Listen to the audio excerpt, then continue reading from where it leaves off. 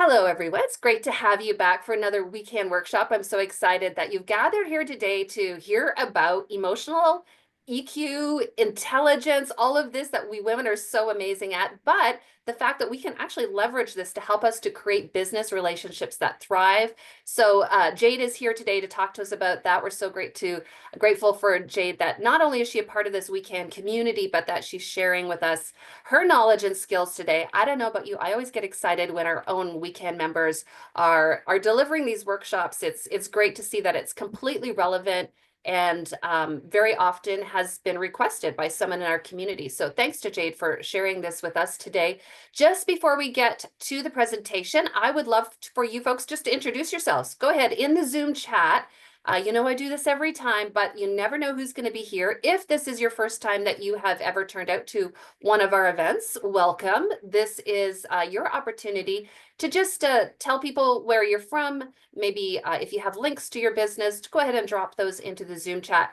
While you're doing that, I will take a moment to acknowledge that Queen's University is situated on the ancestral territory of the Huron, the Anishinaabe, and the Haudenosaunee peoples. And you know that I love to do these land acknowledgements at the beginning of all of our presentations.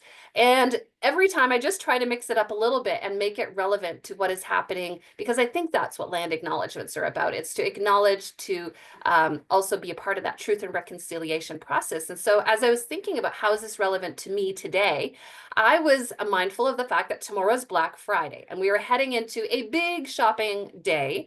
And just before we hit record, some of us were talking about how we love to support local businesses. And so I thought I would shine a spotlight on an Indigenous owned business that overlaps with a bunch of our other weekend clients. This Nice. also is one of our weekend clients. So Kabanish Tea, who many of you know about probably, is run by Shira and Rye Barberstock, who were very involved with the Quabiz program, which delivered Indigenous programming to more than 100 of our clients between 2020 and 2023. So the Barberstocks are still involved with the Weekend Project. I thought that I would highlight Kabanish Tea is an Anishinaabe and Haudenosaunee coffee and tea company committed to celebrating the spirit of sharing in First Nations cultures and communities across Turtle Island. So they skillfully craft unique blends of coffee and tea, drawing inspiration from their First Nations heritage to offer an enriching experience. And here's the cool thing as well. I know Kauru's on the call today. You can get Kabanish tea at Cha Cha Tea Shop. If you don't want to order it online, by the way, they are doing Pure Later delivery during this Canada Post strike. Want to signal that. Also, you can get it at Pedalworks Cafe and Studio, owned by Martha Williams, another one of our weekend clients. And here's another fun thing, and that is that Melissa Brandt of She's High on Vibes did the artwork for all of the tea packaging. If you go to their website, here's a fun website. It's called proudlyindigenous.com. That is their website. So, I mean, amazing marketing. You got to check it out if you know someone who loves tea or coffee. I just wanted to take a moment during this land acknowledgement to promote one of our weekend clients, which is also an Indigenous owned business. So I hope that you in your own communities will get out there, support women-owned businesses, support Indigenous businesses, and minority-owned businesses, because it can make such a difference during this holiday season. All right, thank you for those of you who have introduced yourselves in the Zoom chat. Welcome. It is so wonderful to have you here today. I am going to now unspotlight myself. I'm going to spotlight Jade. As you'll see, we're doing this a little differently because she's got her slides right on her screen. And Jade, we will head into your presentation today. Thank you so much for being a part of us. Yay. Thank you, Carrie. That was awesome. As you were talking about that tea, I was like, I've had this tea before. I know I have. And then you said it was at Pedalworks, and I'm like, that's where I've had it. That's exactly where I've been. So lovely, so beautiful. And the artwork on the bags is gorgeous, like just awesome. So that was really cute. That was so sweet. I loved that. Now, switching gears here a little bit, I guess we're going to talk about kind of elevating emotional intelligence. And I mean, even Carrie kind of highlighted some of that in what she was saying and how she was communicating, but let's get into elevating our EQ, or emotional intelligence, around creating business relationships that thrive. And you might see me looking back and forth a lot. I do have two computer screens, just so you know. I don't have somebody else kind of hanging out over here. It is my computer screen. I promise I'm I'm keeping an eye on everything that's going on here. One thing as we go through, I'll just have you drop any questions you have in the chat. I'll try and pause and keep an eye on it. I know we have a very active chat when we do these webinars, which is amazing and I love it. But I also know sometimes things fly by really quickly. So I'll do my best to keep an eye on it. And I'll make sure that at the end of everything too, we'll scan through. Carrie and I will both be looking to make sure that nothing was missed. I want to make sure I answer all your questions with the time that we have together. And then another thing to keep in mind with that chat is that I am going to be asking you some questions today as well. So keeping it open so you can pop your answers in there as I start asking you things. And lastly, as we get ready to go into this stuff and dive into kind of what emotional intelligence is, I want you to pay close attention to what happens in your body as I'm speaking and what physical response that you have. Sometimes when I talk about things, people are going to get goosebumps and they're going to feel like they want to shut off the screen and say, oh, I can't listen to her talk anymore. That's great. Lean into that feeling. That's a physical cue that we could actually gain more knowledge in that area, that we probably don't have a whole lot of knowledge in that area. I've pushed you outside of your comfort zone. So when that happens, take note of that. Make sure you listen to your body because again, that's just an opportunity to grow. So that's the most important thing I wanted to get through. Let's flip in to our next section here. So what we're going to learn today and what we're going to talk about is I'm going to show you how to use EQ or emotional intelligence to grow your business skills as an entrepreneur. And right now, I want you to take a moment and think about an interaction that you've had with either a business employee or maybe somebody that you've worked with that just left you in awe of their ability to make the client or you feel good, happy, and satisfied. And while you're thinking about this, if anything comes to mind, go ahead and drop it in the chat. Were they really good at making you feel like you were respected? Were they really good at making you feel like you were comfortable in that space? Was it something about their personality that you loved? Anything that comes to mind, again, go ahead and drop it. Oh my gosh, they gave you a hug. That's so sweet. I love it. And Carrie does do this all the time. That's amazing. But anything that really just made you really admire what they did and what they could do to kind of cultivate that space around you. I know too that if you think about it in terms of working with somebody or somebody that you've worked with in the past, you might have worked with somebody who had the patience of a saint and you had a huge amount of respect for that skill, because how on earth could they have that patience while dealing with that client or that person, right?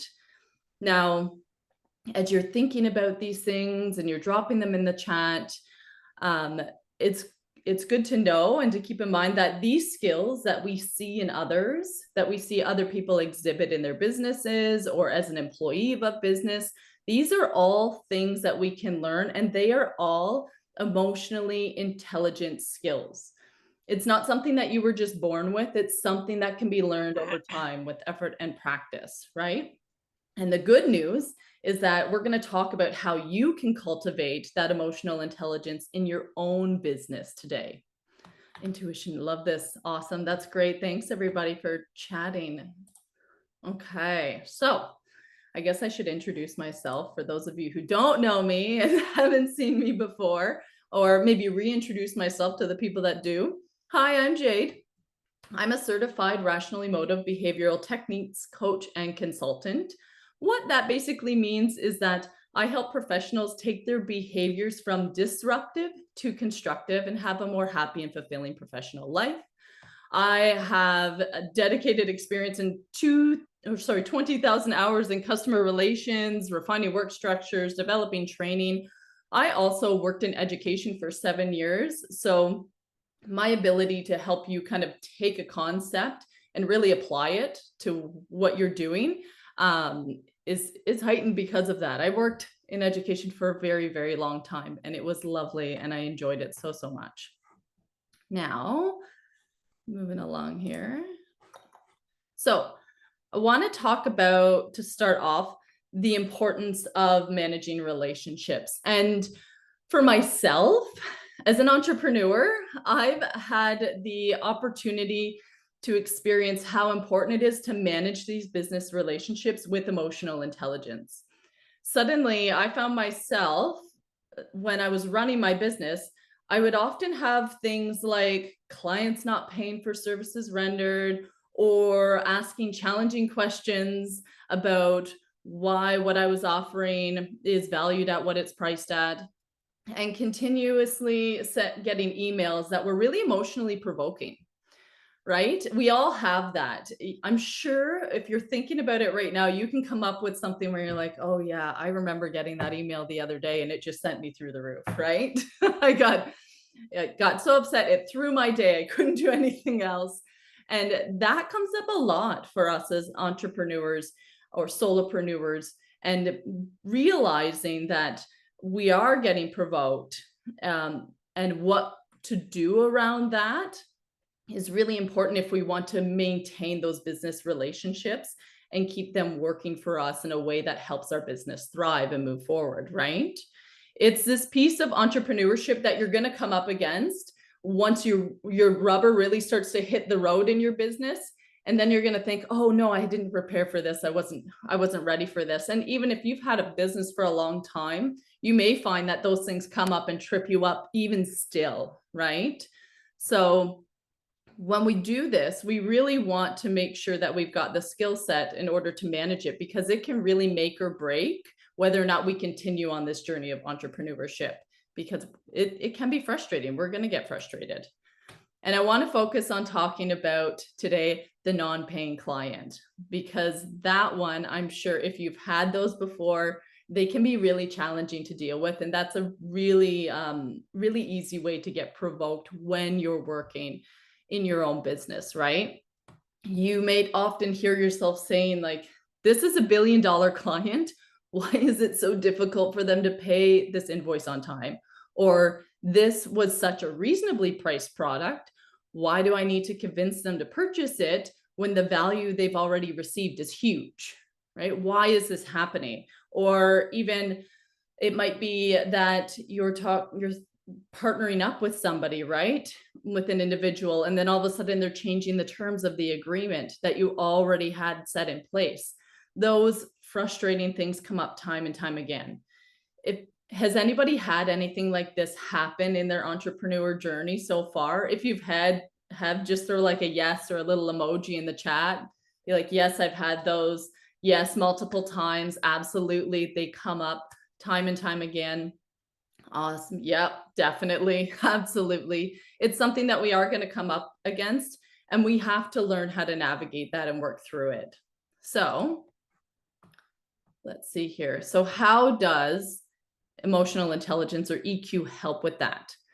Well, it's in moments like this, that emotional intelligence and managing these emotionally charged situations, it's going to give you resilience to create longevity in those relationships. And we want longevity because, again, if we have longevity, that's what's going to create our business to thrive. We're going to get repeat business. We're going to get good word of mouth referrals. So a big focus of your business should be maintaining this longevity between you and your clients.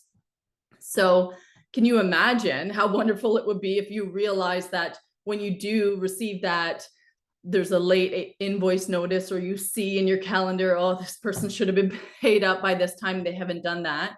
Instead of getting provoked in such a way that it sends you through the roof and throws your entire day, that you know exactly how you're going to navigate that, because you have excellent communication with emotional intelligence, which, by the way, I have a course coming up on that. I'll talk about that later, though, at the end. Because when those instances come up, you're not going to damage that relationship, right? You're not worried about creating this wedge between you and your $1 billion client or your $20 client or your $60 client, right? You have the skill set where you can actually maintain that. So let's see here. Just scanning my notes to make sure I haven't missed anything for you too, okay? So what about those moments where somebody's questioning your product's value, right? Are you going to become defensive? No, you won't be doing that anymore. You're going to, again, have the skill set to know how to take that moment and build trust between you and your client instead of degrading that, right? It sounds really great and awesome, and it can happen. It is possible. It's that ability to know how to do it that we're going to be working on today. So let me make this one bigger for you. There's lots of text on here. So kind of the 4 things that you're going to take away from today is you're going to discover my Elevate EQ 4-step approach to develop emotional intelligence. And in discovering that, it's going to help you actually take this and use it in other areas of your business too. Again, kind of focusing on that late payment or late invoice, but you can take this and apply it to other areas. You're going to understand the importance of working on all 4 areas of emotional intelligence. You're going to gain practical strategies for applying emotional intelligence in your professional relationships. And you're going to recognize the impact of emotional intelligence, even on leadership and growth. And again, developing those strong, long-lasting professional relationships. So let's flip over to the next one. Let's talk about what self-awareness is. And if you have any ideas as to what you feel self-awareness is, by all means, throw them in the chat as you'd like.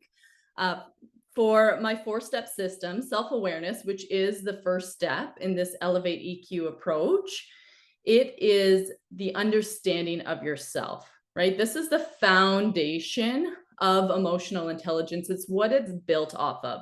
We need to have self-awareness in order to elevate or grow our emotional intelligence.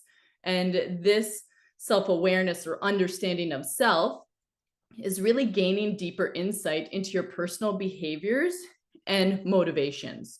So it's really the why you do what you do and understanding why you do what you do. And it's not just this subconscious thing that happens automatically. You know exactly why you exhibit those behaviors. And as an entrepreneur, when you're able to understand yourself and where all of your behaviors originate, that's a game changer for your business, right? You gain this deeper insight into yourself and why you do what you do, and that helps you make decisions that truly align with your goals and your core values and vision for where your business is going to go. It also helps you become more authentic in how you communicate with other people as well.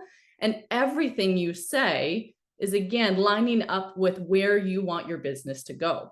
So self-awareness is incredibly important when it comes to entrepreneurship and these relationships that we're trying to build and create and grow.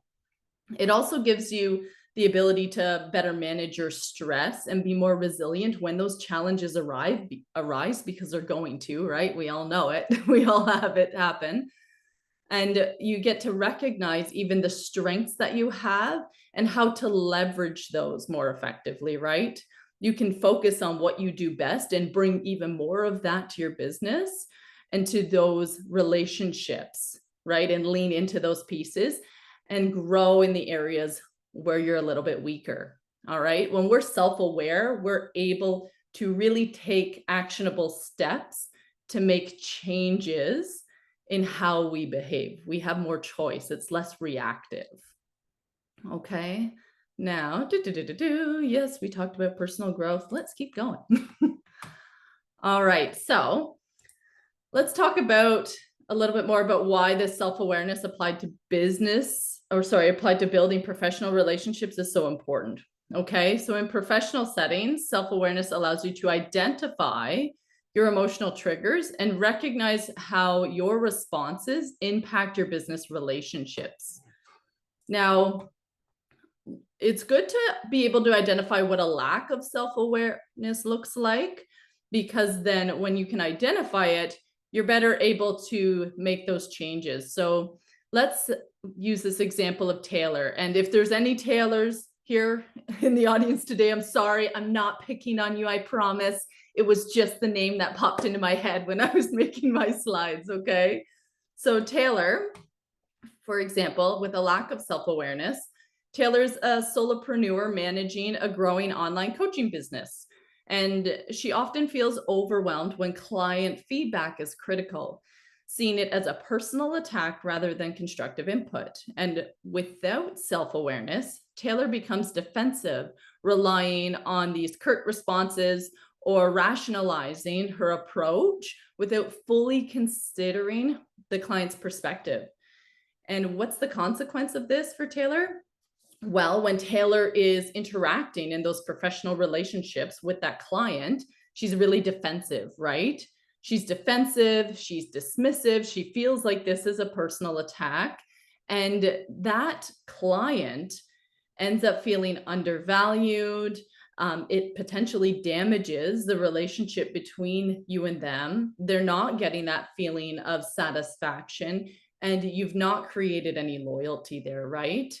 Because of Taylor's behavior or lack of self-awareness around that behavior, it probably leads to fewer referrals, right? I couldn't see a client wanting to refer somebody who makes them feel that way, and probably leads them to go find a provider who has more self-awareness and doesn't respond like that to feedback, right?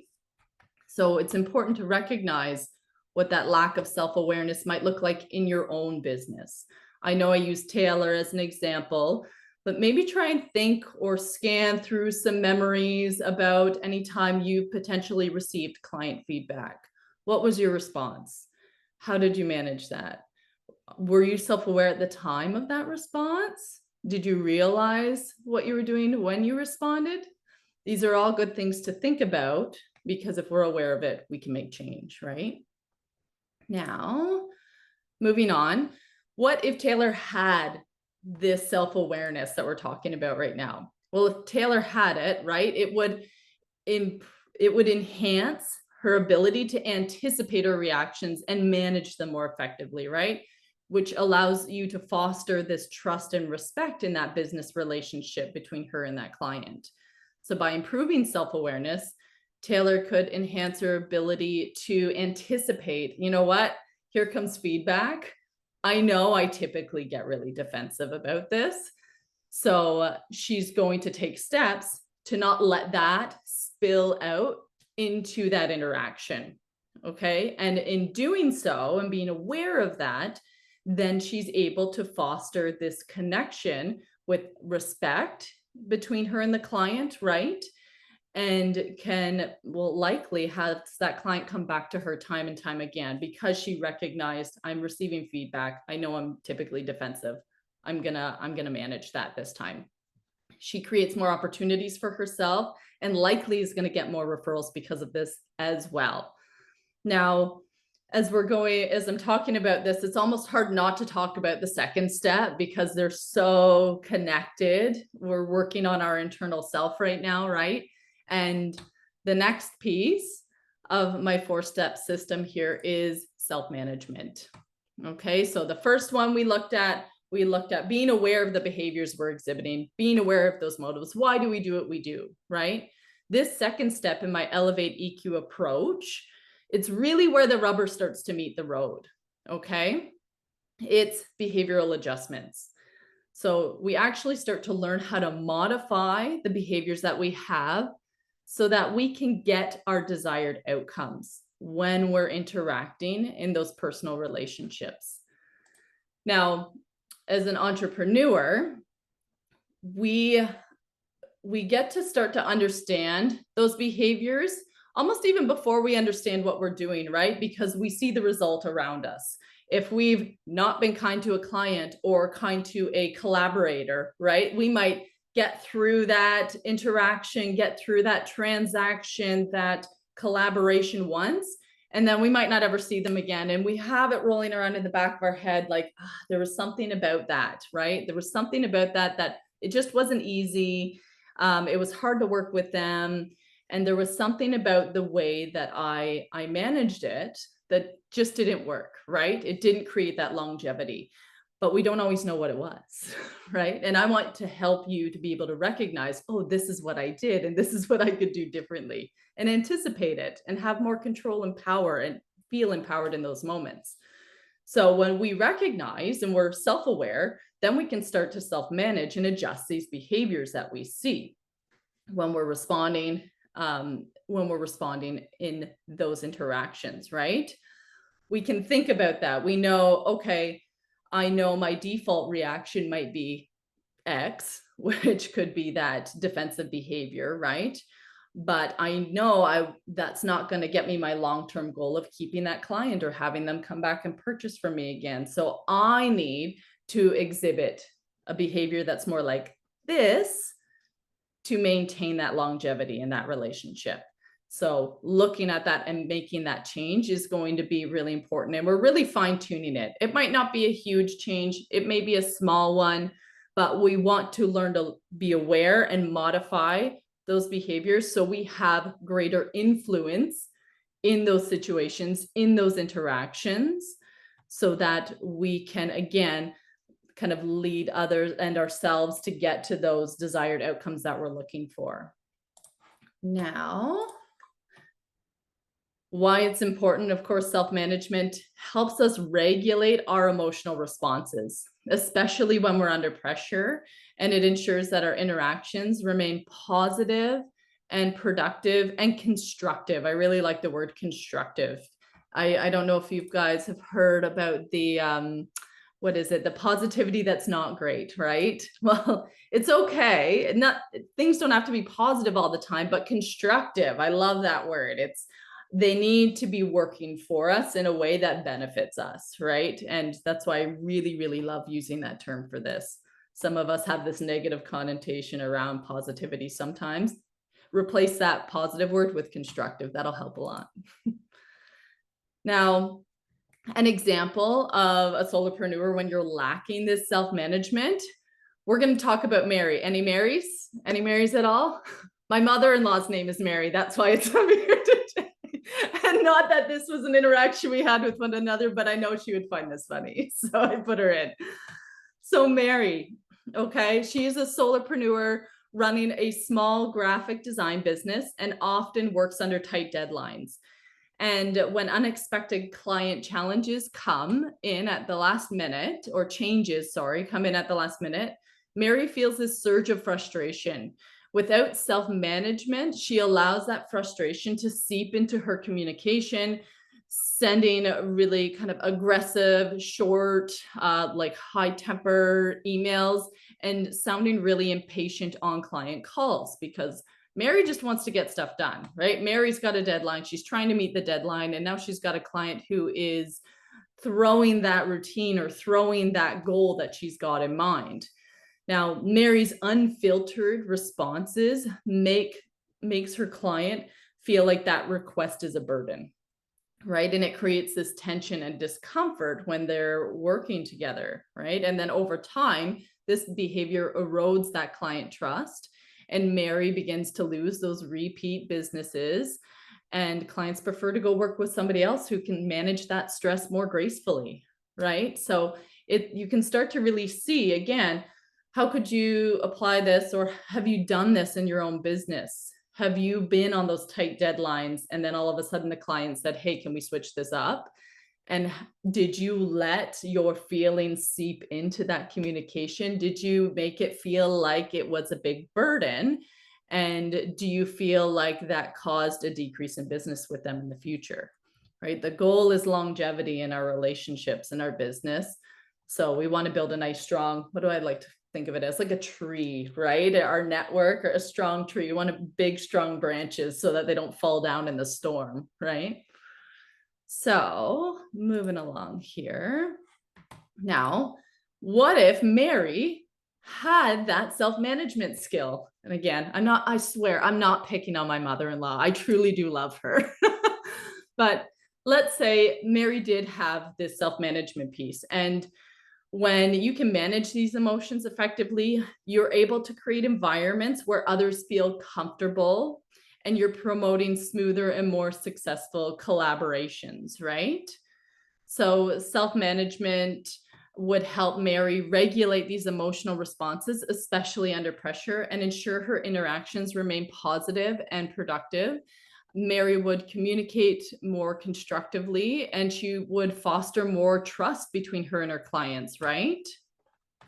So, there's a lot that Mary could benefit from using self management. I'm just time checking myself. I might go a little bit faster. If I'm going too fast, just let me know because I still got a lot to get through that I want to give you guys. I don't want to hold you up too far, anyways.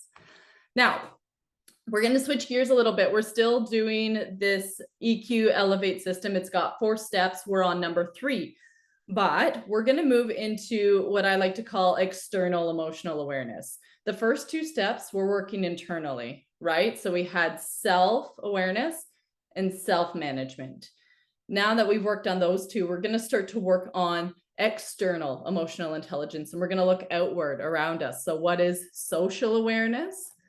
Well, social awareness is when we start to look at understanding others, okay? We become aware of why these colleagues, clients, collaborators behave in certain ways. And as an entrepreneur, when we start to understand this, then we start to be able to influence our environments and others more effectively.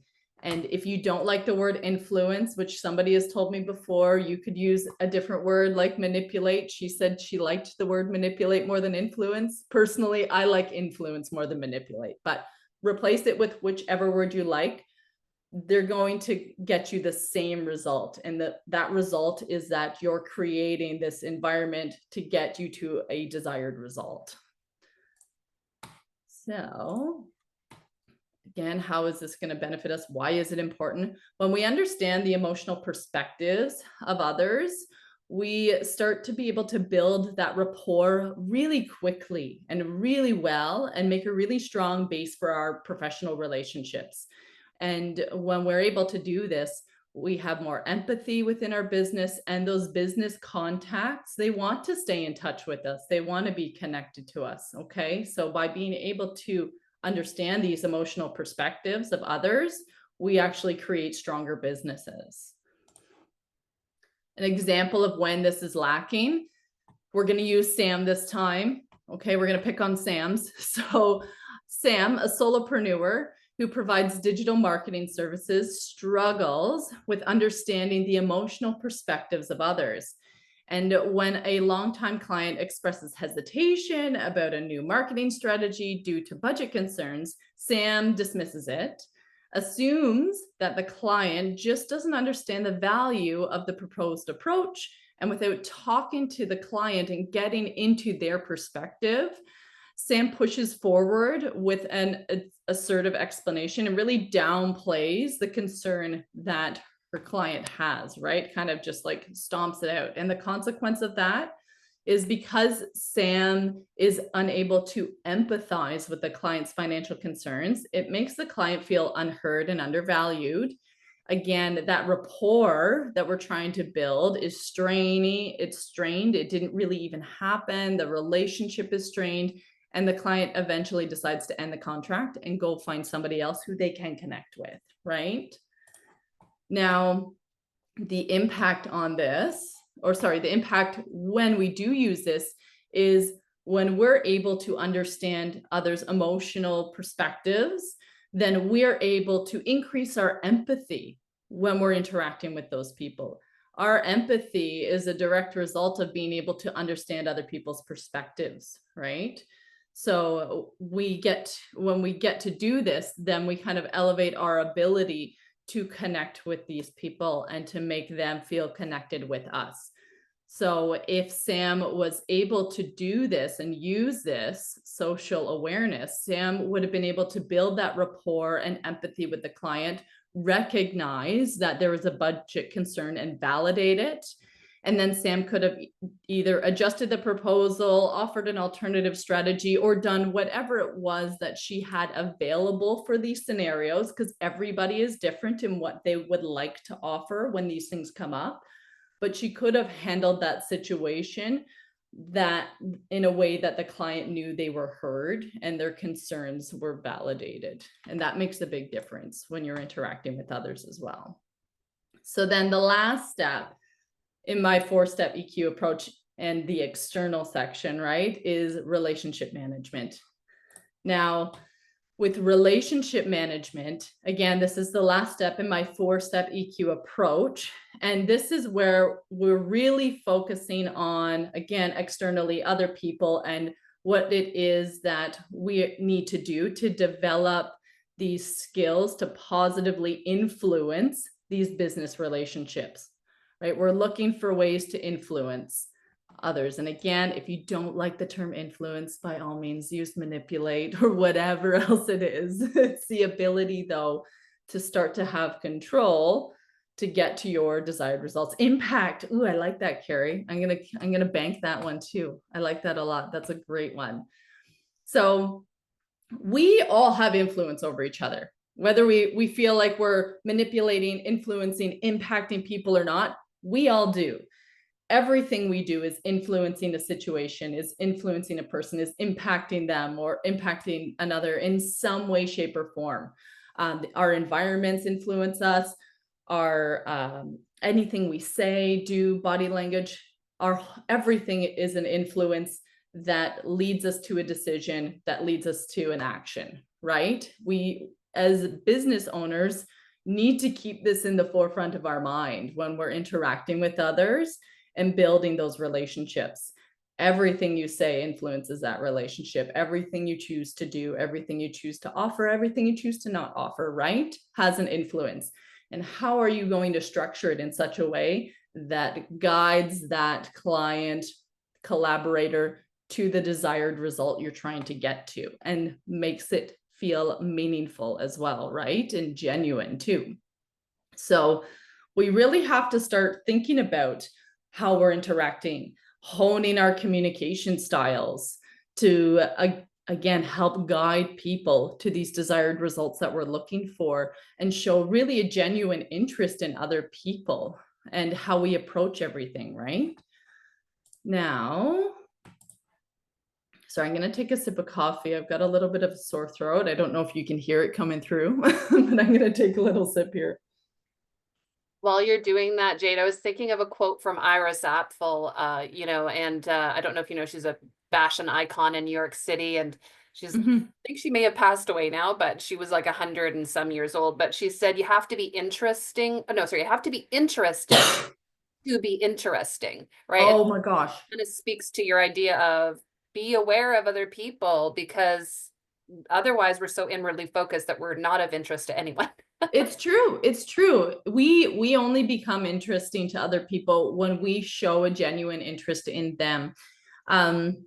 It's really interesting in terms of, I'm using the word interesting a lot now here. I've found too, when I'm interacting with others, I used to hold back on asking questions because I had this perception that I was being nosy, right? Like, oh, I'm getting too much, I'm asking too many questions of this. But when I leaned into that a little bit more, when people lean into that a little bit more, people want to know more about you because you've taken such a big interest in them. Like, well, okay, well, who is this person who's so interested in me? Like, now I'm curious, right? Your curiosity sparks their curiosity. And I love that. That's fantastic. That's so right on point. All right. So let's move along here. So again, why is it important to build or use or apply this relationship management to your professional relationships? It's the piece that's going to build and maintain those healthy business relationships. And it really relies on being able to communicate clearly, and it creates this trust and collaboration in these businesses relationships, right? So it's really important to be able to do this and to understand how to do this. What a lack of it is, well, Emma, she's up this time on the chopping block. Emma, a solopreneur, she offers a consulting service and frequently takes on new clients, but struggles with maintaining clear communication and collaboration over time.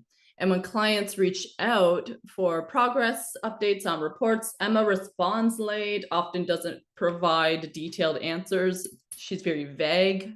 And she thinks the client should just trust her expertise without needing regular check ins.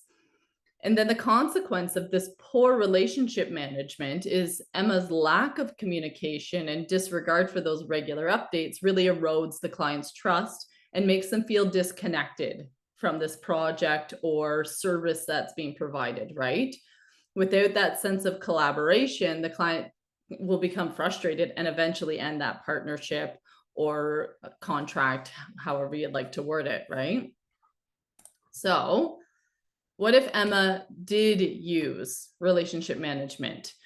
When Emma is using it effectively, it's going to increase that kind of positive culture around her business or services, right? And increase loyalty and ensure that there's some long-term success there in that relationship.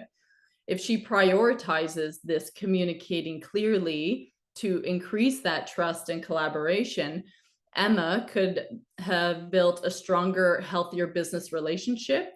And the results of the service that Emma was trying to provide are actually better, right? Because she's connecting with this client more frequently with her consulting business, and therefore is able to really help her along the way and amplify those results, which in turn is going to be good word of mouth, right?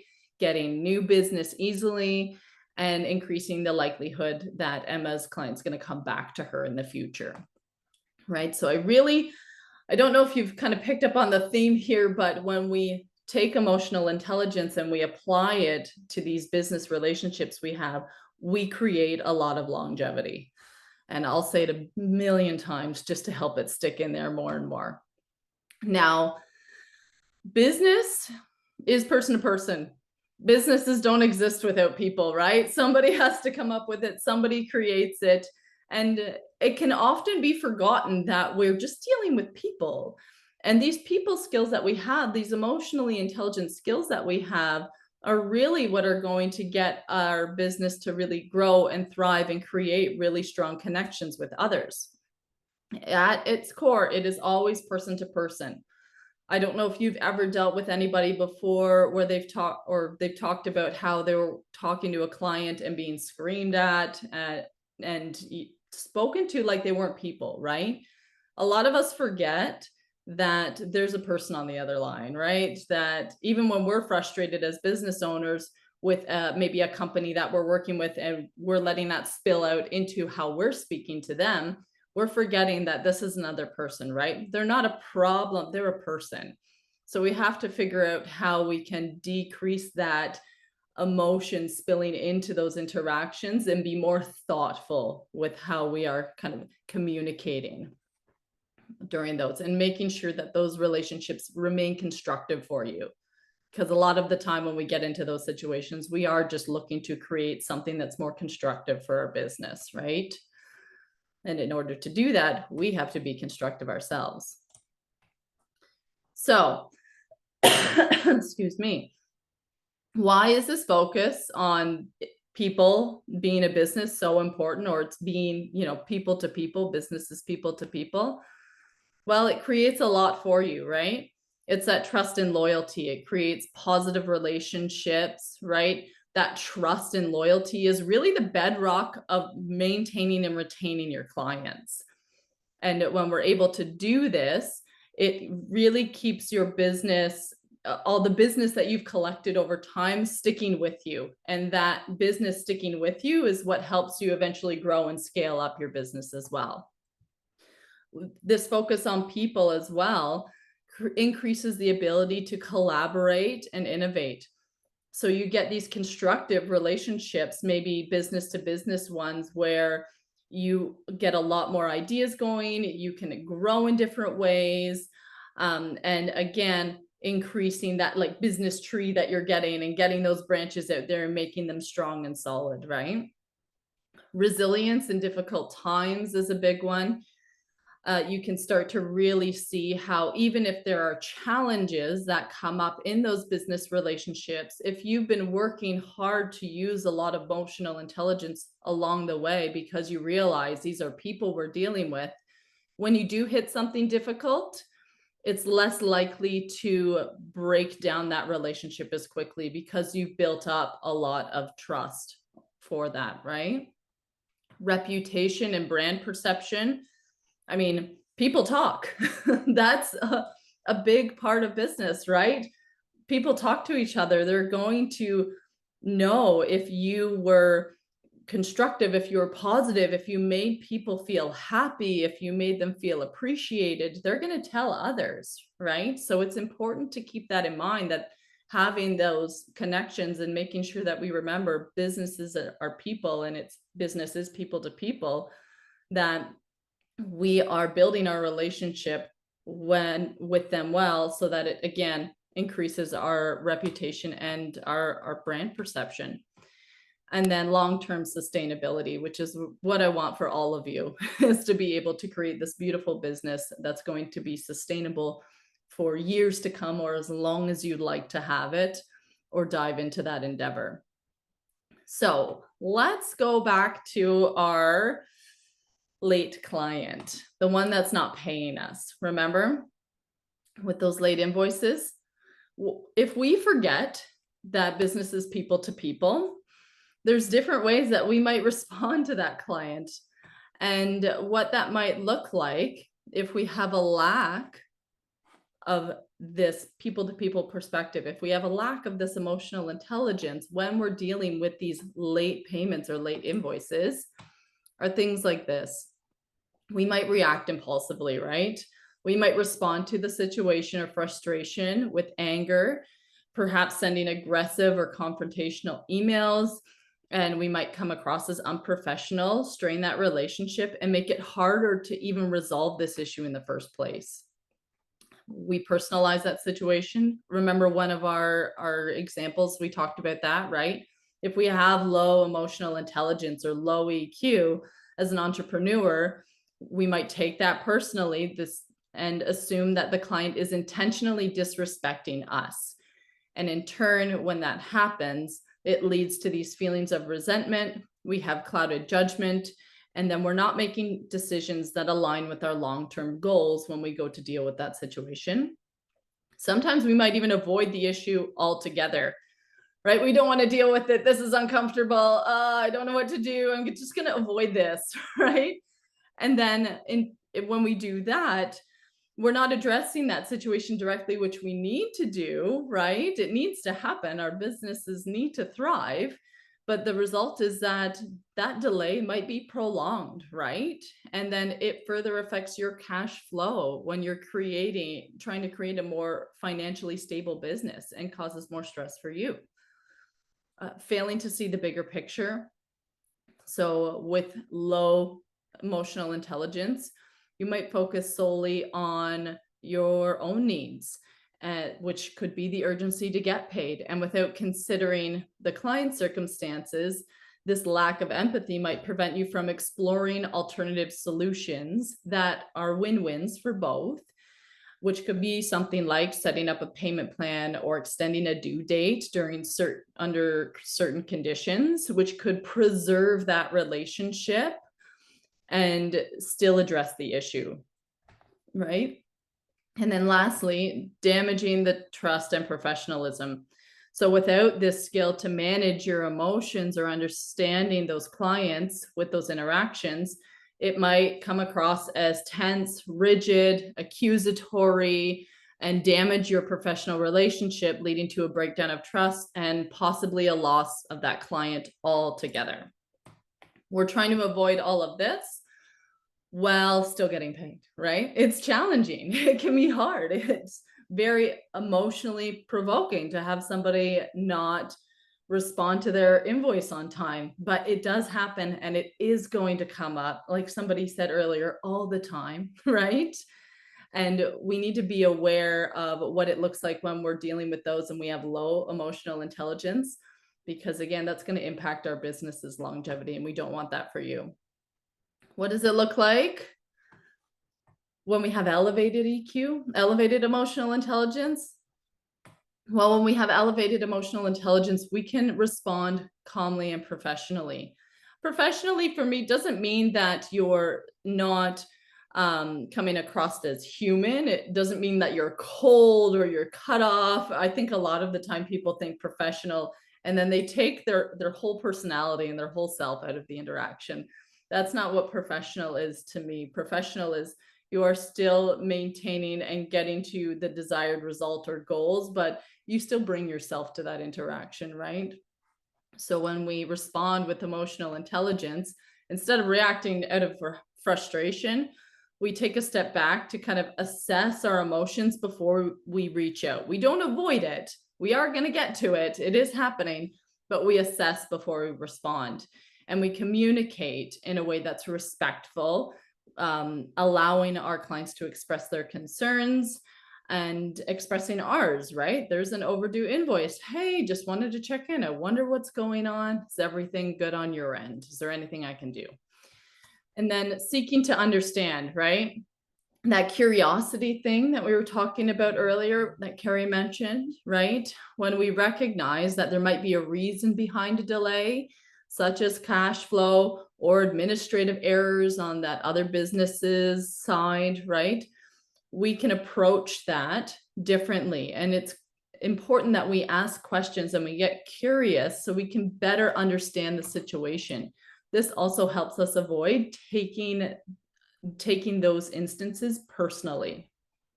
Showing empathy when it comes to this and flexibility and understanding. Again, everybody's business is different, but if you can find ways to be able to show empathy and flexibility when it is needed to create longevity, that's going to, again, help the likelihood of that client coming back to you in the future, right? Whether it's that payment plan, whether it's extending a due date. Some of you may get creative and have other things set up in place already. All of that is really important in increasing the ability for that relationship to be maintained and constructive and positive. Maintaining boundaries with respect. So while being empathetic and clear in communication, you also need to make sure that you're expressing your needs too, right? For those timely payments. It's kind of a balancing act, right? You want to ensure that you know your client's situation, but that they also know yours as well without being disrespectful, because you are building businesses. That is important. But we can do this with emotional intelligence really, really well. And then preserving the relationship is the last one and the most important one. The reason why we do all of these things is to preserve these relationships, is to maintain them and to keep them coming back time and time again, right? So just a quick summary of kind of what we went through today, because there was a lot there to go through. What we learned today is really exploring how we can foster and grow those strong and resilient business relationships, and by enhancing our emotional intelligence. And kind of the tools that I hope that you picked up on and gained today were that building self-awareness is going to help you understand your behaviors, motives, and triggers, and allow you to make intentional and value-aligned choices, right? And shape those authentic personal connections. And then number 2, being practice more self-management. So regulate your responses, especially when you're under pressure. Don't let things seep into those responses, right? Keep them constructive for your business. Develop social awareness. So really try to tune into others' emotions and perspectives so that you can cultivate more empathy inside yourself and build strong rapport with others. And mastering your relationship management. So really focusing on, how am I communicating? Is it clear?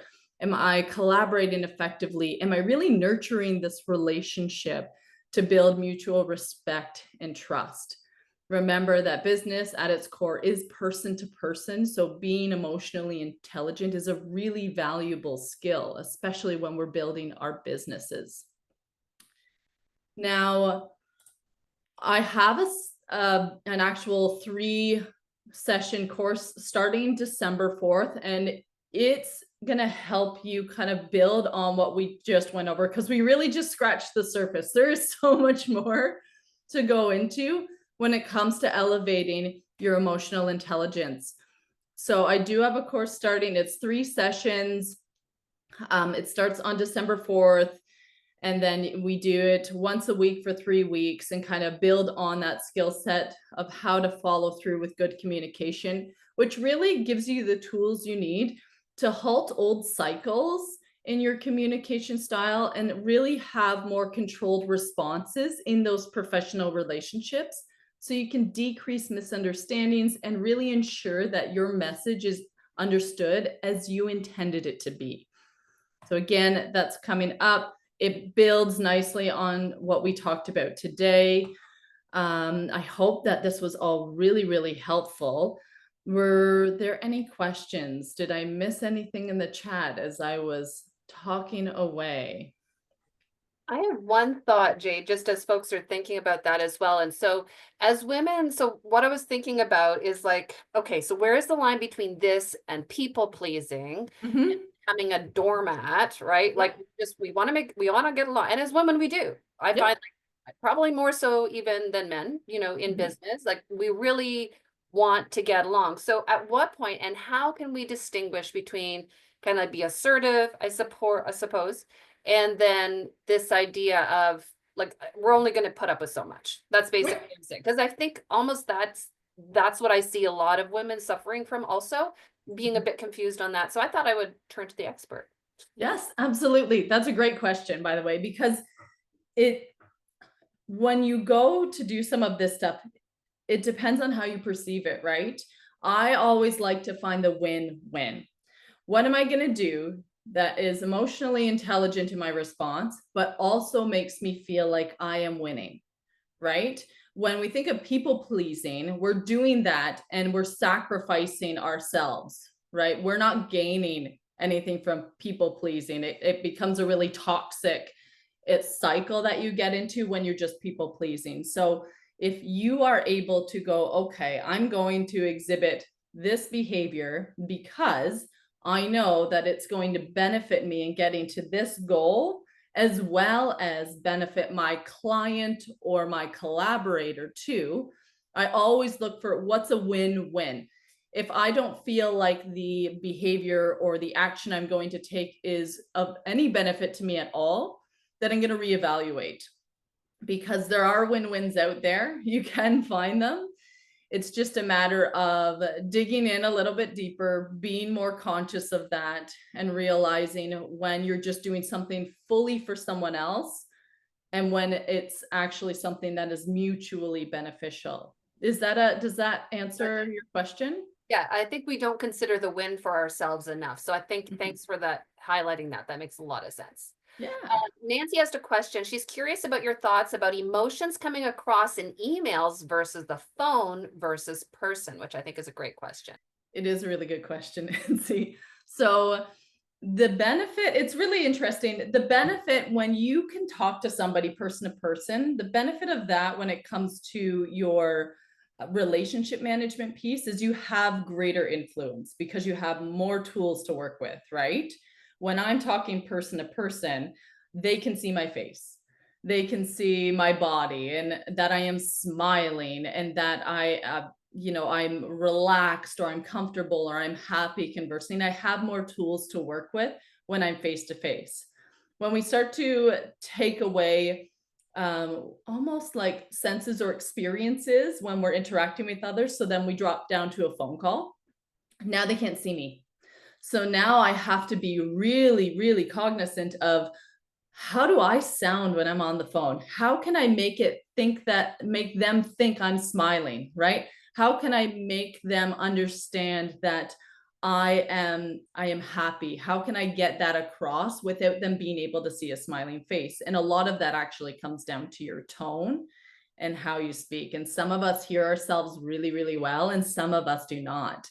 We can say the exact same sentence, practice like how's your day going and how's your day going, right? Like those come across differently. So we have to be a little bit more aware when we start to drop down to a phone call versus face to face, that changes as well. And we have to focus more on our tonality and our voice and how we're communicating that way.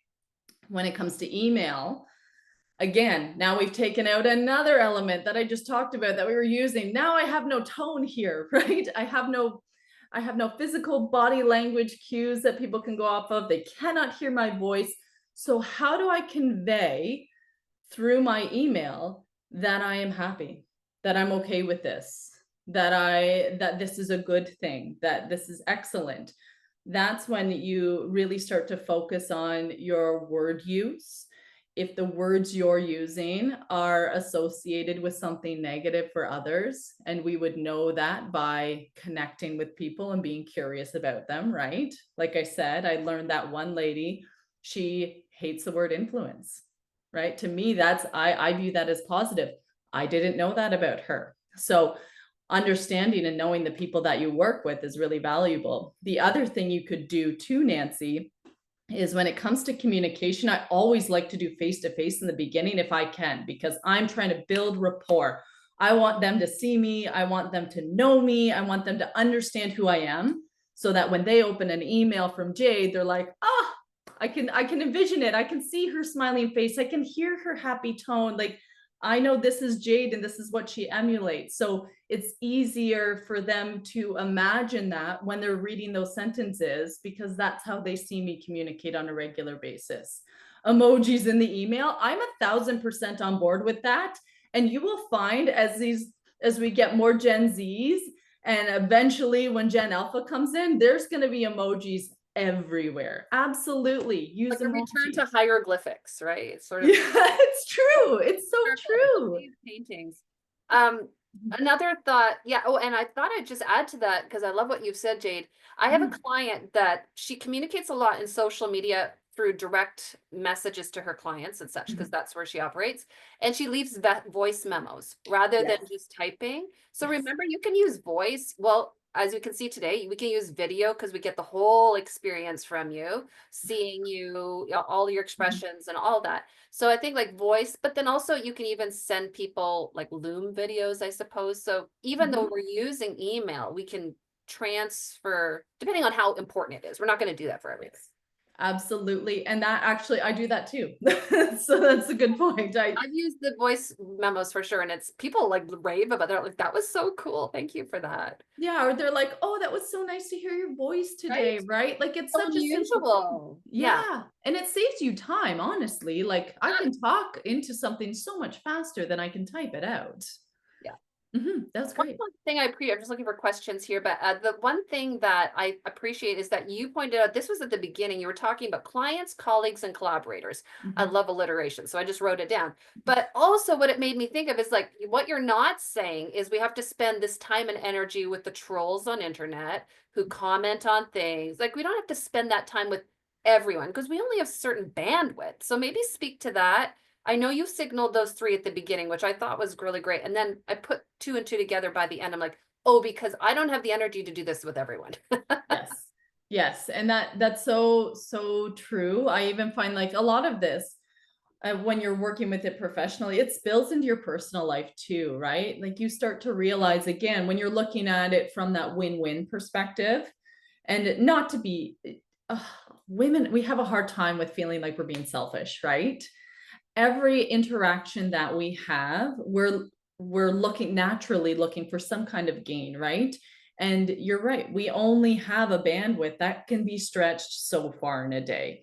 So really focusing on what is going to get you the most value for your time, the most win-win between you and those clients, collaborators, colleagues, right?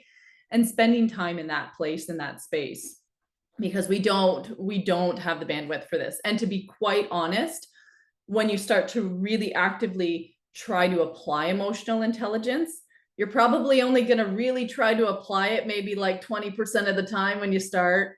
And then when that muscle grows in your brain, right? Because it's a muscle. If you haven't actively been using it, it's going to take time to work it out. It's not like you walk into the gym and you're like, I'm going to start curling 80s on my first day. Like, it's not going to happen. You're not going to be operating at 80% emotional intelligence all the time. For sure. it takes time to build that up and work up to that. So don't be hard on yourself as well when you go in and you're like, oh, I wasn't emotionally intelligent today with this one client. That's okay. You were self-aware enough to recognize it.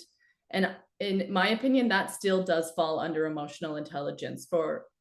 So recognize it, realize what behavior you'd like to adjust around it, and then start adjusting so it starts to influence your environment around you and get you to where you want to be. Love that. Mhm. Any final questions for Jade? I think this is such a great topic. The fact that women we know, and I don't know, are women more emotionally intelligent? Maybe that's kind of controversial, Jade. Maybe there's no stats on that. I feel there probably are. But I love the fact that we're refining this, right? And it is a strength that women have in business. So why would we not leverage it? You know? Exactly. It's very, very true. I think we're aware of it, or we're behaving in certain ways that exhibit it, but we don't really know why, and we don't know how to break it down to see when it's a win-win versus, like you said, that people pleasing. It's a strength that women have, and you should lean into it. And the more you understand it and you can break it down for yourself, the better you're going to be able to leverage it, and you're going to be able to create a really wonderful, sustainable, thriving business for yourself. Yeah. Mhm. And I think we can take it to our teams for those who have teams that they may be women and men. Or as we encourage, go ahead and sign up for Jade's workshops that are coming up because that might be something the whole team could benefit from. I know Jade, you go into many businesses and train teams, like whether it's virtually or in person. Mhm. So I just want to thank you on behalf of all of us for really sharing this really this is like smart girl stuff. Like you're just so intelligent. I love it. I mean, all of our weekend clients are so smart, and I'm just so impressed every time. Thank you for letting us know a little bit more insight as well into what you do, because I think that that helps us as a community as we refer people or we come up against things. We're like, you know what? I know an expert who can help your team with that. And that's a purpose, of course, of these workshops as well, as so we can showcase and highlight what our incredible community is doing. So thank you to every single one of you who joined us on the call today. Please do check out the presentation on the YouTube channel later today. If one of your colleagues, clients, collaborators was not here today and you think they might benefit, point them in the direction of the YouTube recording. Let's spread the word about that as well. Thank you to everyone for being a part of today. And Jade, thank you so much for your time. We appreciate it. Thank you for having me. You're all lovely, always. See you again soon, everyone. Take care. Bye-bye.